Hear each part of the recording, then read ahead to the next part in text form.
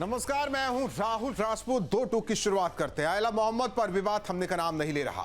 अब यह विवाद यूपी से उत्तराखंड तक की सियासत पर असर डाल रहा है।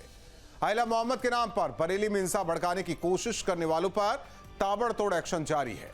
तौकीर रजा और उसके करीबियों पर बुलडोजर कार्रवाई चल रही है। बवाल के बाद सीएम योगी ने कहा था कि आरोपियों को छोड़ेंगे नहीं, जिसके बाद पुलिस और प्रशासन की टीम एक्शन में है। उधर देहरादून में भी आयला मोहम्मद पोस्टर को लेकर बवाल मच गया। सोशल मीडिया पोस्ट पर टिप्पणी के बाद रात भर हंगामा हुआ, जिसके बाद पुलिस ने लाठीचार्ज कर भीड़ को तितर-बितर किया। मामले में सीएम धामी ने भी दो टूक कहा कि प्रदेश में हिंसा बर्दाश्त नहीं की जाएगी। इस बीच समाजवादी पार्टी ने हिंसा और प्रदर्शन को बीजेपी प्रायोजित बताया। वहीं बीजेपी ने कहा कि माहौल बिगाड़ने वालों के साथ कोई नरमी नहीं बरती जाएगी। दो टूक में आज करेंगे चर्चा, पहले सुनते हैं बयान। मौलाना भूल गया कि शासन किसका है। वो ये मानता था धमकी देंगे और हम जबरदस्ती जाम कर देंगे। हमने कहा जाम नहीं होगा, कर्फ्यू भी नहीं लगेगा, लेकिन कर्फ्यू का सबक तुम्हें ऐसा सिखा देंगे कि तुम्हारी आने वाली पीढ़ी दंगा करना भूल जाएगी। क्या तरीका है जी? आप सिस्टम को ब्लॉक करना चाहते हैं। और यह प्रवृत्ति थी यूपी के अंदर, 17 के पहले यही होता था।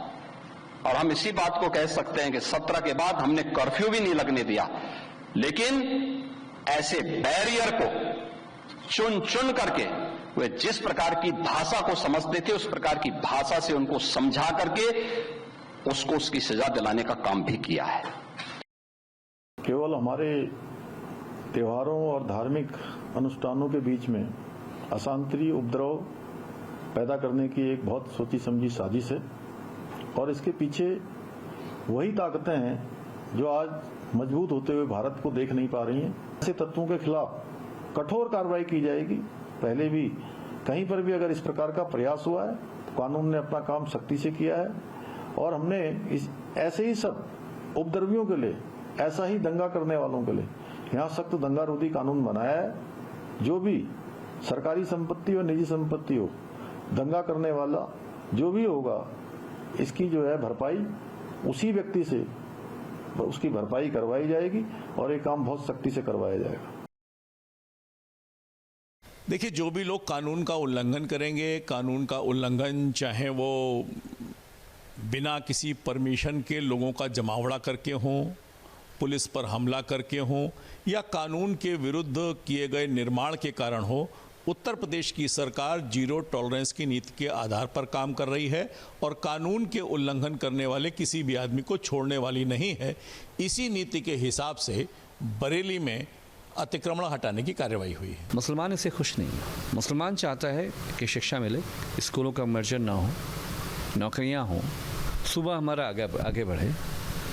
जो बरेली कांड जो प्लांट किया गया वो प्लांट फेल हो गया। आई लव मोहम्मद सल्लल्लाहु अलैहि वसल्लम क्या है? हम दशहरे में लिख सकते हैं आई लव श्री रामचंद्र जी, किसको दिक्कत है? तो सीधे तरीके से बात यह है कि ये गवर्नमेंट को ऑक्सीजन देने के लिए ये पूरा प्रोग्राम जो स्पॉन्सर्ड किया गया था वो फेल हो गया है। मुसलमानों में कहीं चर्चा नहीं है। ऐसे में बड़े सवाल, बरेली में बुलडोजर एक्शन, दंगाइयों की बड़ी टेंशन। तौकीर के करीबियों पर कार्रवाई, नहीं बचेगा एक भी दंगाई। बरेली बवाल का होगा हिसाब, दंगाइयों की पीढ़ियां रखेंगी याद। पहाड़ पर भी आई लव पर टेंशन हाई, माहौल बिगाड़ा तो होगी कार्रवाई। इन्हीं सवालों के साथ मेहमानों से चर्चा। अपर्णा दीक्षित, प्रवक्ता बीजेपी, अशोक यादव जी, प्रवक्ता समाजवादी पार्टी, अमितोष पारिक जी, प्रवक्ता वीएचपी, फैजल अहमद जी, मुस्लिम एक्टिविस्ट हमारे साथ जुड़े हैं। आप सभी मेहमानों का स्वागत है।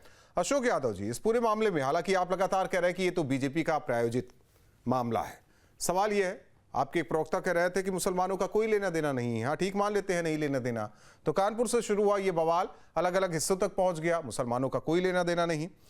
उत्तर प्रदेश में बरेली, मऊ तक में भी ये देखा गया, मुसलमानों का कोई लेना देना नहीं।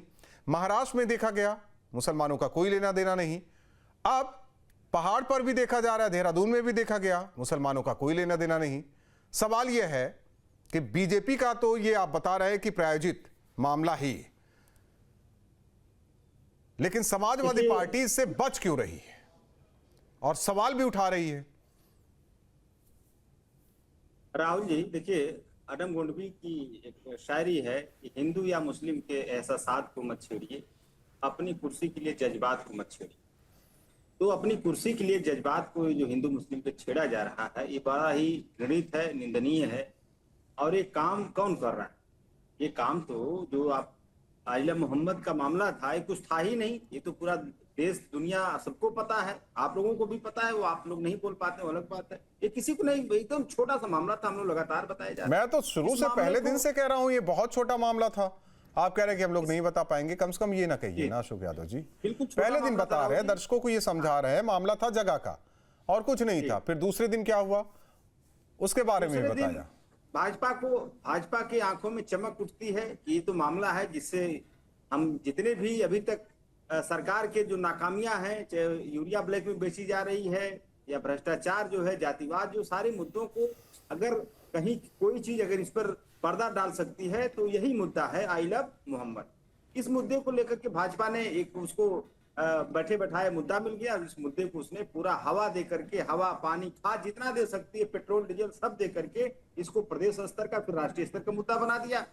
इसमें इतना बड़ा मुद्दा था ही नहीं।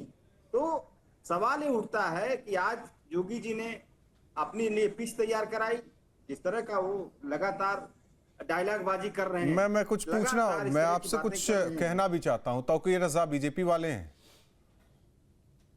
देखिए, बात या तौकीर रजा की नहीं है। जितने मुस्लिम समुदाय के लोग सड़कों पर उतरे वो बीजेपी वाले हैं, ये क्लियर होता जाए ना, पर चर्चा स्वस्थ चर्चा हो। बिल्कुल, देखिए राहुल जी, जिन लोगों को सड़कों पर आप देख रहे हैं, इन लोगों को सड़कों पर लाने के लिए सरकार ने बड़ी मेहनत की है। सरकार की मेहनत को आप क्यों भूल रहे हैं? सरकार ने इसके लिए लाठियां चलाई हैं, सरकार ने इसके लिए तमाम अंदरूनी काम किए हैं ताकि ये लोग सड़कों पे आए। और सड़कों पर जब ये लोग आएंगे तो सरकार का एजेंडा सेट होगा। आपको अगर कानून व्यवस्था की इतनी चिंता है योगी जी को, इतनी जहन्नुम में भेजने की चिंता है योगी जी को, इतनी डायलॉगबाजी करने का शौक चढ़ा है योगी जी को, तो आप ये बताइए, करणी सेना के ऊपर कुछ हुआ था? करणी सेना तो इससे ज्यादा उग्र रूप में, कई गुना उग्र रूप में तलवार और बंदूकें लेकर के सड़कों पर हमारे दलित सांसद के ऊपर हमला करने जा रही थी। नहीं, ये साजिश रची गई थी कि 4 जिलों को सुलगाना है। ये साजिश रची गई थी कि कुछ नेताओं की हत्या करनी है, कुछ पुलिस वालों को मारना है। ये साजिश थी क्या उसमें? ये भी क्लियर करते चलिए ना सर। दो चीजें, दो अलग अलग देखिए, विषय है। करणी सेना का जो कार्यक्रम था उसको पूरी तरह से योगी सरकार का समर्थन था। योगी सरकार की पुलिस मैं का आपसे कुछ समर्थन और था, पूछना, शासन का समर्थन किसका था। नहीं समर्थन, मैं ये चाहता हूं कि उनका मकसद क्या था? कि पुलिस उनका वालों को मकसद मारना था, उनका मकसद आग था, लगाना था, तोड़फोड़ करनी थी, कई और जिलों में दंगा फसाद करना था, यही मकसद था क्या उनका भी? नहीं, उनका मकसद एक था कि हमारे पीडीए के सांसद रामजीलाल सुमन की हत्या करनी थी, रामजीलाल सुमन के घर को जलाना था, और एक सिंबॉलिक मैसेज था कि पीडीए समाज को हम कभी छोड़ेंगे नहीं। लेकिन नहीं हो पाया ना। उसने आवाज उठाई। परिणाम बताइए, परिणाम क्या निकला उसका? परिणाम जो निकला, परिणाम तो आपको नहीं पता है क्या? नहीं, आप परिणाम बताते क्या चलिए हुआ? ना। परिणाम जो है, 1 महीने तक प्रदेश में पूरा हाहाकार मचा रहा। पूरा एकदम करणी सेना के जो गुंडे हैं उनसे पूरा प्रदेश थर्राता रहा। पीडीए के लोग उसके उत्पीड़न का शिकार होते रहे। मुख्यमंत्री जी शांत हो रहे, न एक बार उनको कानून व्यवस्था की चिंता सताई, न तो जहन्नुम भेजने की चिंता सताई। कोई बात हुआ था क्या? एक शब्द उनके मुंह से निकला था क्या? नहीं निकला था ना।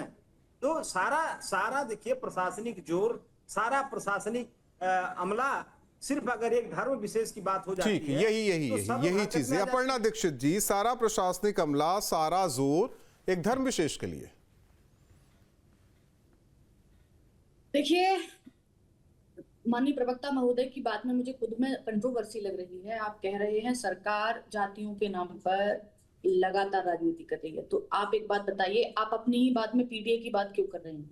जातिगत राजनीति क्यों कर रहे हैं आप? आपसे ये पूछा गया था कि ये जो तौकीर रजा जी हैं, क्या ये बीजेपी के हैं? आपने ही पूछा था, तो इन्होंने कोई जवाब नहीं दे पाया। वो क्यों नहीं दे पाया? क्योंकि 2012 में इन्होंने समाजवादी पार्टी को समर्थन किया था, 2009 में इन्होंने कांग्रेस पार्टी को समर्थन किया, और इस लोकसभा में इन्होंने फिर से कांग्रेस पार्टी के साथ अपनी साठगांठ बिठाई थी और ये अपना समर्थन दे चुके थे, और वहां सीटों को लेकर ऐसी बात है क्या? वो तो कह रहे हैं कि ये तो बीजेपी वाले हैं। देखिए वहां पर जी, ऐसी बात है ये तो कह रहे हैं बीजेपी लेकिन वाले हैं दूसरी- तौकीर रजा।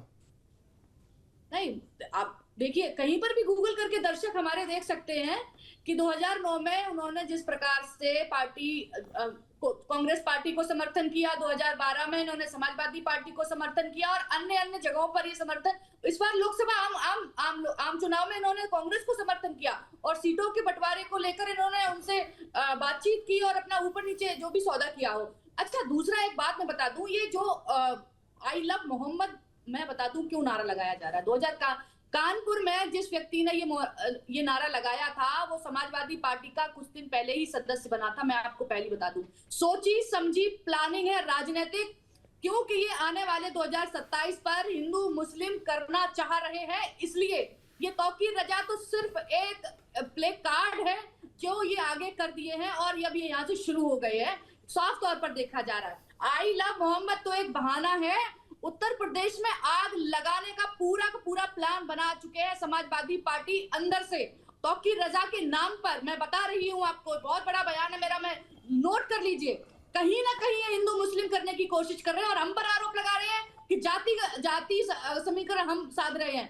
आप क्या कर रहे हैं पीडीए को लेकर, शिक्षा व्यवस्था को लेकर, आप कह रहे हैं करणी सेना को लेकर। आप जरा बताइए, आपके जो सांसद महोदय हैं, क्यों आप सदन में लोगों का अपमान उधर मत करते हैं? जाइए अपर्णा दीक्षित जी, हमारे पुराने राजाओं का अपमान करते हैं। अपर्णा दीक्षित जी, उधर दिया है, मैं इनसे पूछ लूं। उधर ना जाइए, वो तो अब पुरानी बात हो गई, अब जो ताजा चल रहा है उधर तो वो जा रहे हैं, उसका नहीं, वो जवाब जाएंगे, दीजिए महोदय। वो तो जाएंगे ही जाएंगे ना अपर्णा जी, क्योंकि उनके किस पास तरीके से जवाब चीजों को नहीं है, मैं बता रही हूं। डाइल्यूट किया जाए तो वो कोशिश तो रहेगी। अब आपके भी बताए जा रहे हैं, तौकीर रजा तो आप वाले हैं, लेकिन सवाल वही है मेरा घूम, अगर आप वाले होते तो हमें कभी समर्थन किया होता ना, ये तो प्रूफ के साथ मैं बता रही हूं। लेकिन आप वाले हैं फिर भी बुलडोजर वाली कार्रवाई हो रही है, आप वाले हैं उनके सब जानने वालों की गिरफ्तारी हो रही है, आप वाले हैं फिर भी वो जेल में है, पता नहीं कि ये समझ में नहीं आ रहा है। देखिए, भारतीय जनता पार्टी का कोई दूर दूर तक लेना देना अगर होता भी तो इस तरीके से कार्रवाइयां क्यों कर रहे होते। देखिए, लॉ एंड ऑर्डर पर हम कुछ नहीं सुनेंगे, माननीय योगी आदित्यनाथ जी का कहना है। आप पूरे उत्तर प्रदेश में आगजनी करने की कोशिश कर रहे थे, पश्चिमी उत्तर प्रदेश में आप दंगा भड़काने की कोशिश कर रहे थे आई लव मोहम्मद के ठीक है नाम अपर्णा से। दीक्षित जी, कम से अपर्णा कम दीक्षित आप जी, जिसे पूछते हैं, आप जिसे मानते हैं, उसके नाम का तो गलत दुरुपयोग मत कीजिए। अमितोष मेरा पारिक जी, कहना ये प्रवक्ता है। बीजेपी बीएचपी, माफ कीजिएगा, इसके अलावा फाजिल अहमद साहब मुस्लिम एक्टिविस्ट, वो भी चर्चा में जुड़ रहे हैं। फाजिल अहमद साहब, अब बस भी होना चाहिए। अब देखिए, पहाड़ों में भी अशांति फैलाने की कोशिश की जा रही है। देखिए, आई लव मोहम्मद सल्लल्लाहु अलैहि वसल्लम कहने में किसी को क्या एतराज हो सकता है? इनको इतनी मिर्ची क्यों लग रही? आखिर वो हमारे नबी हैं, हम उनकी उम्मत हैं। हम आज तक देश में, यही तो हमारे देश का संविधान की खूबसूरती है कि हमारे संविधान ने सबको अपनी अपनी बात, अब आई लव महादेव भी लोग कह रहे हैं, कुछ लोग आई लव बुलडोजर बाबा को भी कह रहे हैं, कितना कुछ लोग आई लव अखिलेश भी कह रहे हैं, कुछ लोग आई लव संविधान भी कह रहे हैं, सब कह रहे गिरिराज हैं। किशोर कह रहे हैं, गिरिराज सिंह कह रहे हैं, बिहार वाले, उनके ट्विटर हैंडल में मैंने आज देखा कि आई लव मोहम्मद। नहीं, वही मैं कह रहा हूँ कि अब तो बस हो गया, जो होना था वो हो गया, बस भी कीजिए ना सब मिलके। नहीं, उसमें क्या दिक्कत है? आई लव मोहम्मद सल्लल्लाहु अलैहि वसल्लम हमारे नबी हैं और हम लोग हमेशा बोलते रहेंगे। पूरा देश दुनिया बोलता है, आज पूरी दुनिया बोलती है, कोई ऐसी बात थोड़े। उस पर अगर किसी को बुरा लग रहा है तो उसको अपने मानसिक इलाज कराना चाहिए। इतना कुंठा में है, वो कुंठित भावना से सोच रहा है, इसलिए उसको बुरा लग रहा है।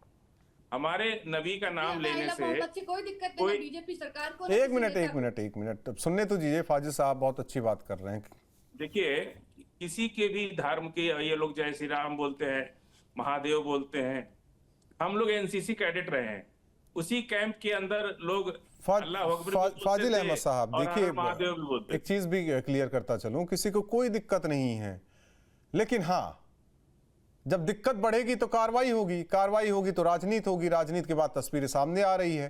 राजनीति पहले होगी तब कार्रवाई होगी। अच्छा, राजनीति पहले होगी तब कार्रवाई होगी। मस्जिद, बरेली मस्जिद या कहीं भी आप चांदनी चौक चले जाइए, जहां भी मुस्लिम इलाके हैं, एक बार में 5,000 7,000 लोग जुमे की नमाज पढ़ते हैं और जुमे की नमाज एक बड़ी मस्जिद में पढ़ा जाता है जी जी। और एक साथ लोग जब नमाज खत्म होती है तो 4-5 हजार लोग एक साथ निकलते हैं। बरेली में जब एक साथ नमाज पढ़ के लोग निकले, अचानक से पुलिस ने लाठीचार्ज कर दिया, पता ही नहीं चला कि हुआ क्या, अरे किसने किसको मारा कि भी नहीं मारा, पुलिस ने अपने आप लाठीचार्ज कर दिया। इतनी बड़ी बात कोई वहां दूसरी कोई घटना ही नहीं हुई थी, पब्लिक एकदम से निकली।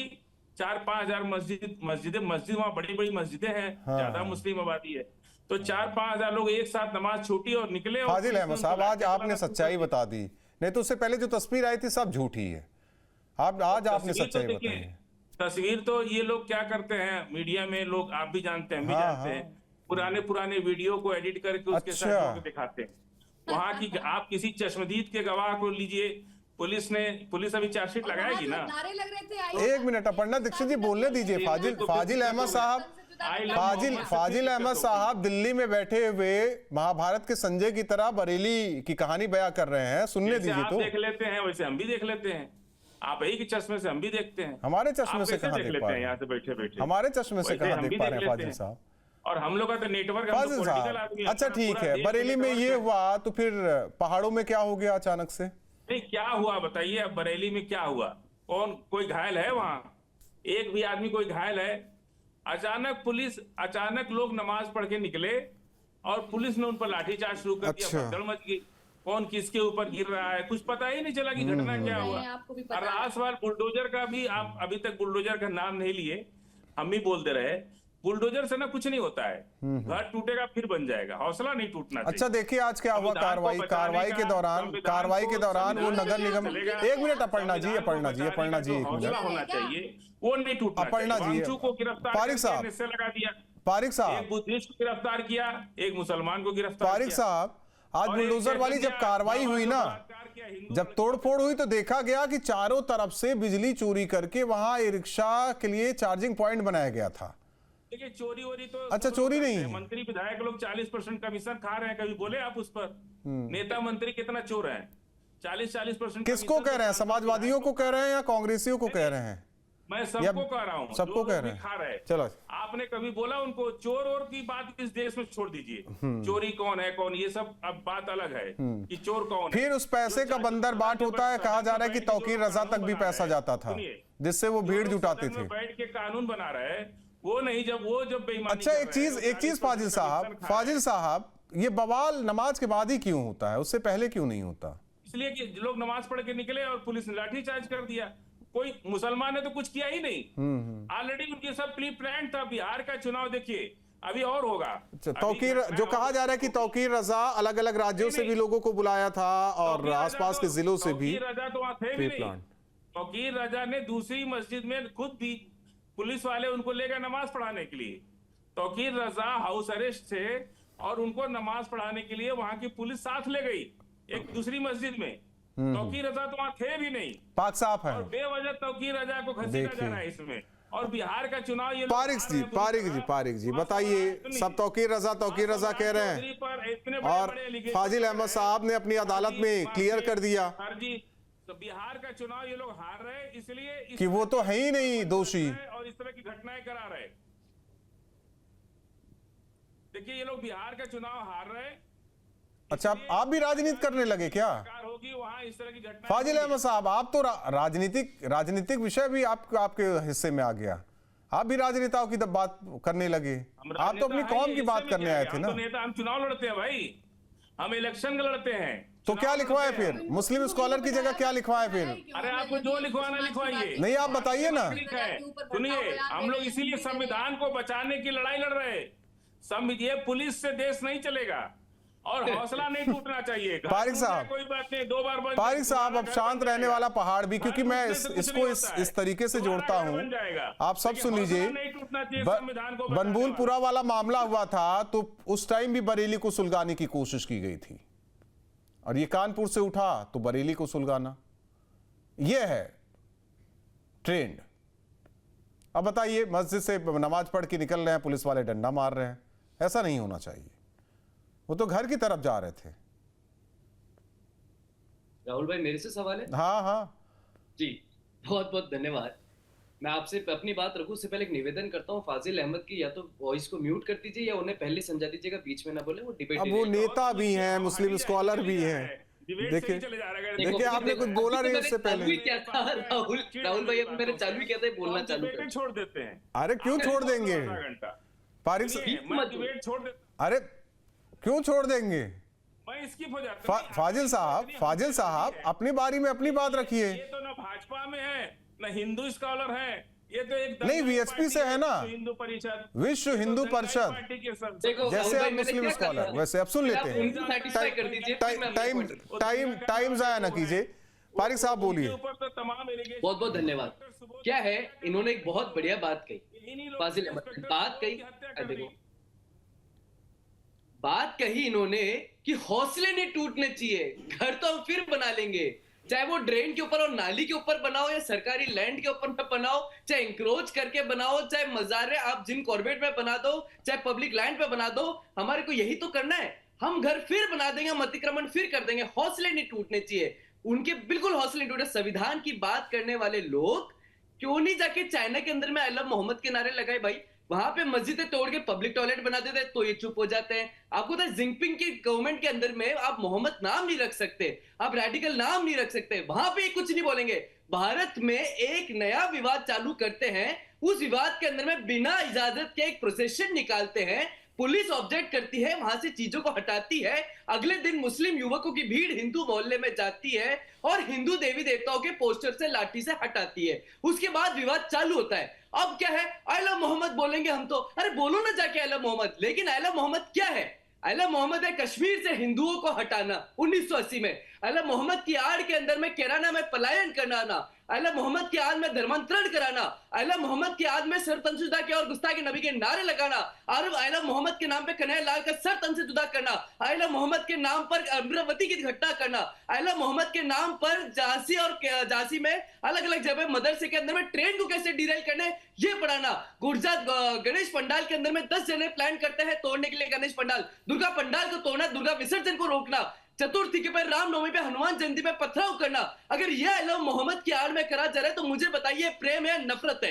ये नफरत है राहुल भाई, और इस नफरत को सरकार ने उसी तरह से जवाब दिया जिस तरह से सड़कों पर आपने अपने संवैधानिक बेनिफिट्स को लेते हुए सर तन से जुदा के नारे लगाए, सरकार ने आपको उसी तरह से सड़क से जेल भेजा है। लेकिन दिक्कत हो गई, हमें जेल कैसे भेज दिया भाई? अब देखिए क्या हो रहा है, राजनीति करने वाले लोग, बताता हूं, बरेली के अंदर में आईएमसी लीडर डॉक्टर नफीस खान कैमरे पे बोलता है पुलिस वाले को हाथ काट दिए जाएंगे और बत्ती उतार दी, हमें रोका तो। वही ब्लेसफेमी के लॉ भी लगाते हैं। हुबली दंगे में 138 अक्यूज पाए जाते हैं जिसमें एमआईएम के नेता मोहम्मद आरिफ पाए जाते हैं मास्टरमाइंड। दिल्ली दंगों में मास्टरमाइंड तौहीर हुसैन पाए जाते हैं जिसको एमआईएम पार्टी चुनाव करने के लिए देती है। समाजवादी पार्टी के अंदर में वर्ग जो है चोरी कर लेते हैं और चार्जशीट के अंदर में संबल दंगों में पाए जाते हैं। छोटे छोटे बच्चों के हाथ में रेडिकलाइजेशन के नाम पर पत्थर देना और बेनिफिट सरकार से उठाना और सर तन से जुदा नारे लगे तो लठ पड़ना, चप्पल वहीं छोड़ देना। राहुल भाई मैं तो आपके माध्यम से निवेदन करता हूं सरकार से कि जिनकी चप्पल वहां छुट्टी है ना, उन चप्पलों को जब वो ढूंढने आए वापस तो उनको देखा जाए, उनकी सब्सिडी रोकी जाए और उनको यूएपीए के अंदर में अंदर करा जाए, तब पता चलेगा संविधान क्या है, तब पता चलेगा कानून क्या है। आपको लग रहा है चप्पल लेने वापस आएंगे? नहीं, इसलिए तो क्योंकि वो तो सर तंसुदा के नारे लगा के चले गए। सड़क जो है नमाज पढ़ने के लिए वो ऑक्यूपाई कर लेते हैं, सर तंसुदा के नारे लगाने के लिए ऑक्यूपाई कर लेते हैं। कट्टरता के आड़ में मदरसे में पढ़ाओ और बच्चों की सब्सिडी लो, जो पथराव करे उसको 5 लाख रुपए दो और फिर उनके सर तन जुदा के नारों को प्रमोट और ग्लोरीफाई करो। मुझे लगता है ये संवैधानिक नहीं बल्कि इस दुनिया के अंदर में, भारत के अंदर में लोकतंत्र का और संविधान का खुला अब्यूज है। सरकार ने जो करा बिल्कुल ठीक करा और आगे भी ऐसे ही करना चाहिए। गुस्ताख के नबी सर तन जुदा के नारे खत्म करके अब एक नारा लगना चाहिए राहुल भाई, गुस्ताख के नबी की जगह गुस्ताख के शांति भंग की एक ही सजा, घर छत से जुदा और छत घर से जुदा। तभी इनको समझ में आएगा कि वो क्या तो कह रहे हैं हौसले बुलंद होने चाहिए, घर तो फिर बन जाएंगे। इंक्रोच कर लेंगे, मैंने शुरू में इस बात से कहा इंक्रोच कर लेंगे। तो टूटना था वो तो टूट गया और वो थाने में भी टूट रहा है। जिस तरह से लट टूट रहे हैं ना, इन्हें पता चल रहा है कि हमने क्या करा है। आइला मोहम्मद के आड़ में अपने बच्चों के हाथ में पत्थर दे दिए भाई, सर तफसीला के नारे लगवा दिए, शाहीन बाग बनाने के प्रयास कर लेते हैं, दंगे कर लेते हैं, जहांगीरपुरी कर लेते हैं, क्या क्या नहीं जामा मस्जिद कर लेते हैं, हर जगह एक पूरा नैरेटिव फैलाते थे उनको बताने के लिए फाजिल अहमद लोग यहाँ पर आते थे। फाजिल अहमद साहब लेकिन एक चीज बता दीजिए मुसलमान फाजिल अहमद साहब, बच्चों सवर्ण जातियों का गुंडा राज है ना इस देश के बच्चों को आगे क्यों कर देते हैं? मुक्त नेपाल की बात की, फाजिल अहमद साहब देश भी वही कर रहा है। फाजिल अहमद साहब फाजिल अहमद साहब, बच्चों के हाथों में क्यों पत्थर पकड़ा देते बच्चे हैं? इस देश का भविष्य है, बच्चे सब कुछ करेंगे। पत्थर- बच्चे ही तो पत्थर आगे से? चल के नेता बनते भी हैं। उठाएंगे पत्थर बच्चे ही से? तो आगे चल के, अगर उनको आप रोक लेंगे क्या? नहीं, बच्चों पत्थर को से आप कोई नहीं, पुलिस वालों से नहीं पूछ रहे कि आप ही बच्चों को देखिए, लाठी आप ही क्यों के चला रहे थे? समुदाय के बच्चे भविष्य तय करेंगे क्या? और तो कोई समुदाय है नहीं पुलिस वालों भारत को नहीं में। लाठी चलाना चाहिए ना, बच्चे देख करके कि बच्चे हैं मस्जिद से निकल रहे हैं नमाज पढ़ के। कहाँ कई और जगह बिना वापस किसी किया गया। पत्थर के नारे लगा लेते हैं। कौन एसडीएम था वहां पे? किसके आदेश पर लाठीचार्ज हुआ? क्या कारण था? वो राहुल भाई बस एक कारण भी पूछ रहे हैं। तो उसकी न्यायिक आयोग की जांच होनी है। न्यायिक आयोग में आके बताएंगे कि पारिक साहब जल्दी बात खत्म कीजिए, अभी पूछ रहे हैं कारण क्या था। होगी इसमें, ये न्यायिक आयोग की मांग कर रहे हैं। राहुल भाई बस एक पॉइंट का काउंटर करना चाहता हूं। जैसे जी। संभल की जांच हो रही है, पारिक जी, किसके पारिक जी। आदेश पर लाठी चली, परिस्थितियां क्या बोलिए थी, लोग नमाज बोलिए, पढ़ के वक्त भी कम है क्योंकि अभी अशोक यादव और अपर्णा दीक्षित का भी रुख करेंगे। पारिक साहब जी राहुल भाई बस इतनी सी बात है जो इस देश का भविष्य तय करा रहे हैं। रिपोर्ट ये कहती है 32% मुस्लिम युवा अपनी मर्जी से बेरोजगार हो जाता है और 1.76 लाख ड्रॉप आउट कर जाता है क्योंकि उसके हाथ में पत्थर देते हो या सत्ताजुदा के नारे लगाते हो। पढ़ा लिखा विद्वान कभी नहीं करेगा, इसलिए डेंटिस्ट के लायक तो उनको लाठीचार्ज क्यों ठीक कर है। रहे थे बच्चों के ऊपर? अशोक यादव ये तो जी, सवाल पुलिस से अशोक यादव जी, सवाल इस बात को लेकर मैं तो कह रहा हूं बस भी करे, अब तो शांति व्यवस्था कायम रहे, हर एक समुदाय शांति के साथ जीना चाहता है। सबकी धार्मिक भावनाएं आहत होती है, चाहे हिंदू हो, चाहे मुस्लिम हो, चाहे सिख हो, ईसाई हो। ऐसे ही अगर होता रहा तो देश का भविष्य क्या होगा? राहुल जी, आपने बिल्कुल सही कहा कि हमारा समाज शांति से जीना चाहता है, लेकिन भारतीय जनता पार्टी अगर शांति से समाज जीने लगेगा तो उसकी दुकान कैसे चलेगी? अभी अपर्णा जी हिंदू मुस्लिम की बात कर रही थी। आप ये बताइए, जिस दिन हिंदू मुस्लिम के बीच का टकराव खत्म हो जाएगा उस दिन भाजपा भी खत्म हो जाएगी। ये तो यूनिवर्सल ट्रूथ है ना, जैसे sun rises in the east, उसी तरह से सार्वभौमिक सत्य है कि हिंदू मुस्लिम का विवाद खत्म मतलब भाजपा खत्म। तो हिंदू मुस्लिम का विवाद पैदा करने वाली भाजपा है, और जब हिंदुस्तान में अमन चैन जिंद कायम हो जाएगा भाजपा की दुकान बंद हो जाएगी। सर, तो भाजपा इस अमन चैन के खिलाफ रहती है हमेशा। 47 से इसीलिए पहले भाजपा थी क्या, या आप भी थे क्या? ये तो पुराना मामला चला आ रहा है। सुन लीजिए, अरे राहुल जी, आपको तो ये सब चीजें पता होनी चाहिए। हिंदू महासभा कौन थी? श्यामा प्रसाद मुखर्जी कौन थे? अच्छा ठीक है, मैं मान लेता आरएसएस हूं। कौन थी? आरएसएस कौन थी? इन्हीं के मदर फादर थे ना, भाजपा के ही मदर फादर वो लोग थे। ऐसा नहीं है, यादव जी, एक चीज ये भी कहा जाता है, कितने % लोगों ने वोटिंग की थी पाकिस्तान के लिए? देखिए सुनिए, पाकिस्तान के लिए वोटिंग, अरे सुनिए भाई, पाकिस्तान के लिए कितने % ने वोटिंग की, कितने % ने नहीं वोटिंग की, लेकिन पाकिस्तान के सुर में सुर किसने मिलाया? मैं जानना चाहता हूं, मैं वैसे जानना चाहता हूं। पाकिस्तान के सुर में सुर किसने मिलाया? मुस्लिम लीग के सुर में सुर अगर किसी ने मिलाया उससे वो लेना तो श्यामा प्रसाद मुखर्जी का संगठन ने मिलाया। मेरा लेना देना उससे नहीं है। मैं जानना चाह रहा था कि कितने % लोगों ने पाकिस्तान के पक्ष में वो किया था यहाँ के मुसलमानों ने। आप उसको गूगल कर लीजिए ना, कितने % लोगों ने। आप लोगों से नहीं, ये सब सवाल, देखिए सवाल ये है, सवाल ये है, सवाल इसी बहाने दर्शक भी जान जाएंगे। अरे दर्शक हमसे आपसे ज्यादा इंटेलिजेंट है। देखिए सवाल यही उठता है कि दर्शक हमसे आपसे ज्यादा इंटेलिजेंट है। भारत के विभाजन में इतना अगर कोई शक्ति शामिल थी तो मुस्लिम लीग कानपुर थी। से ये मुद्दा उठा, पहाड़ों तक, साउथ तक पहुंच गया। इतना इंटेलिजेंट है सारे लोग। अब वो कौन लोग हैं वो आप लोग तय कीजिए। अपर्णा देखिए, अभी बीएचपी के बताइए, ये सब बरेली में ये सब देखिए करवा रहे हैं आप लोग। हिंदू मुस्लिम पर मैंने देखो सही नस दबा दी तो ये बिलबिलाने लग गए। देखिए आप इनकी वो देखिए, ये डिबेट में कह रहे हैं, और लाइव डिबेट में कह रहे हैं कि हमें बुलडोजर से फर्क नहीं पड़ता। एक लोग ये कह रहे हैं, एक लोग कह रहे हैं कि हिंदू मुस्लिम तो हमारा यूनिवर्सल ट्रूथ है।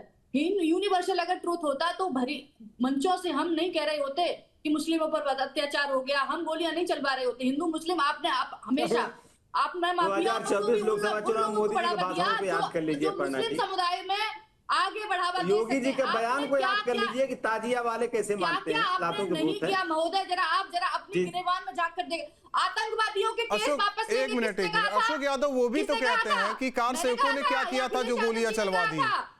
वैसे ही आज हो रहा है कि बरेली में लोगों ने क्या किया जो लाठियां चला दी गई। लोग देते रहते हैं कार सेवकों पर गोलियां चलाने वाले अधिकारी, राम मंदिर मुख्यमंत्री कौन था? मुख्यमंत्री दुख होता है। नहीं, चीफ सेक्रेटरी कौन था? चीफ सेक्रेटरी को आदेश कौन दिया था? चीफ सेक्रेटरी सुप्रीम कोर्ट के आदेश से बंधे हुए थे भाई साहब, आपको जानकारी होनी चाहिए।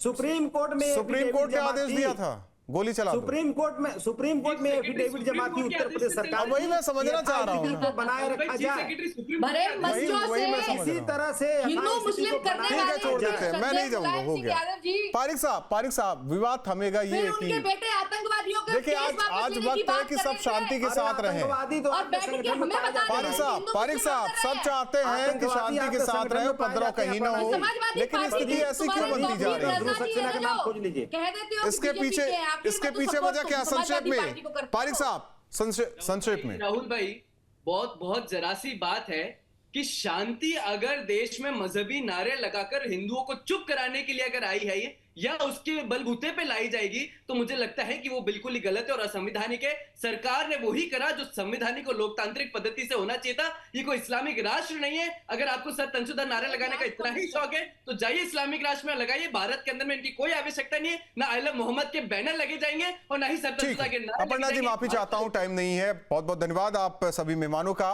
जाहिर तौर पर जिस तरीके से कानपुर से ये विवाद उठा, कई शहरों तक पहुंचा, बरेली में क्या हुआ सबने देखा, पहाड़ों तक में ये मुद्दा पहुंचा और वहां भी उपद्रव फैलाने की कोशिश की गई, लेकिन वहां भी स्थिति को संभाला गया। सवाल यह है कि धर्म के नाम पर उपद्रव कब तक? दो टूक मिलता है।